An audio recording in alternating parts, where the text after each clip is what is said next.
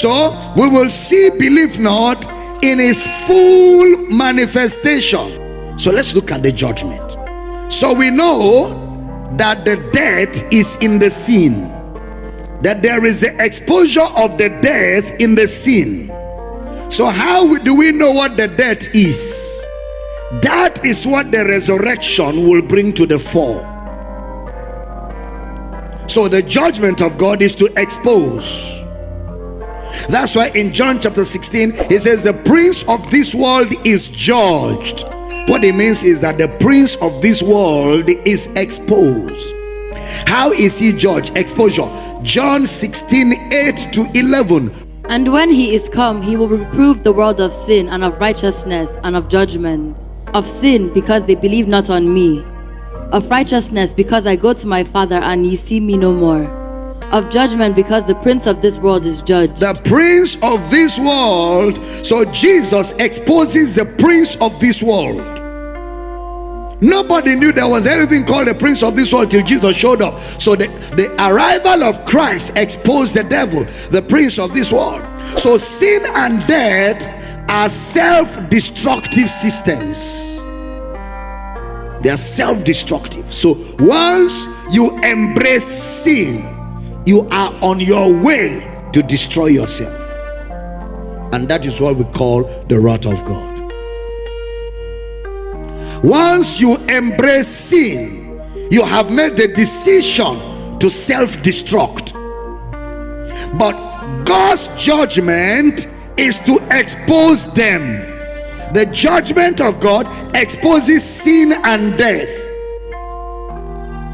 Neither of them are God's work. Both sin and death are the work of man. However, the judgment of God, which is the love of God, exposes them because they are the absence of God. Sin is the absence of God. Death is the absence of God. So in the love of God, he exposes them for what they are. And you know, death has a timeline. Death has an age. Death will not live forever. Keep that somewhere. Death will not live forever. John 12:31. Now is the judgment of this world. Now shall the prince of this world be cast out. 32. And I, if I be lifted up from the earth, will draw all men unto me. 33. This he said, signifying what death he should die. So in his death, he exposed the prince of this world. In Jesus' death. You know, until then, God was supposed to be the architect of all things. Until sin entered. I hope you know that. Until sin entered, God was supposed to be the architect of all things. But the moment the will of man came into play, God's architecture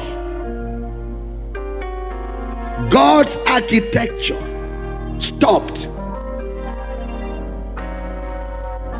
Because now God can only continue his architecture depending on your choice.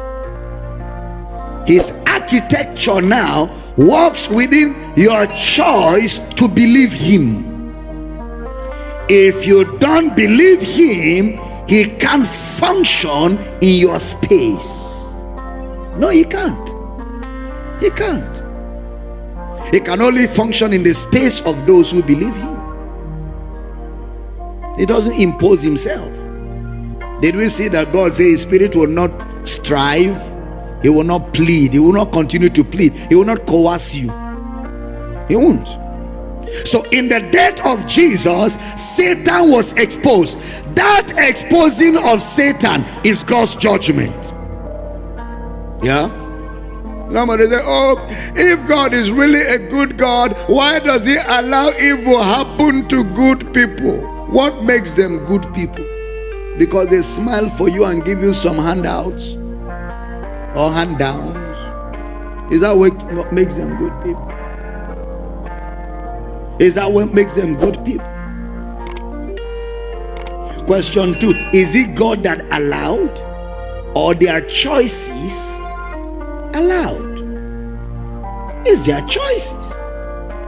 Don't blame it on God, because God's part there is to have instructed you ahead of time. Adam, that fruit has death. The day you eat, you shall die. Judgment contained in the fruit. It's not a probability. He is in love, tough love, revealing to you the outcome of any choice in that direction. So now, intentionally, knowingly, deliberately, you now make the choice. Why blame God for the outcome of your choice? Somebody said, no, Dr. Damina, you don't know. That man was a real man of God, but he died at the age of 35. Oh, why? Why, God? Why? He was the only man that preached in my village, and he was such a genuine man of God. He preached it all his life. Oh, why? Who will save my village? Hey, hold. Stop ranting too much. You never lived with that man to know what were his choices to keep his body healthy for a long time. You weren't there when he was consuming excess sugar. You weren't there when he was consuming excess carbohydrates. You were not there. Oh, you were not there when he was making wrong choices and abusing this body. You were not there. That he's a man of God has not still excused him from wearing mortality. So don't blame God for his dying at 35.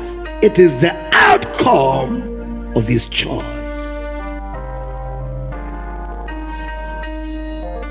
Why did they have accident and die? Were you the driver on the steering?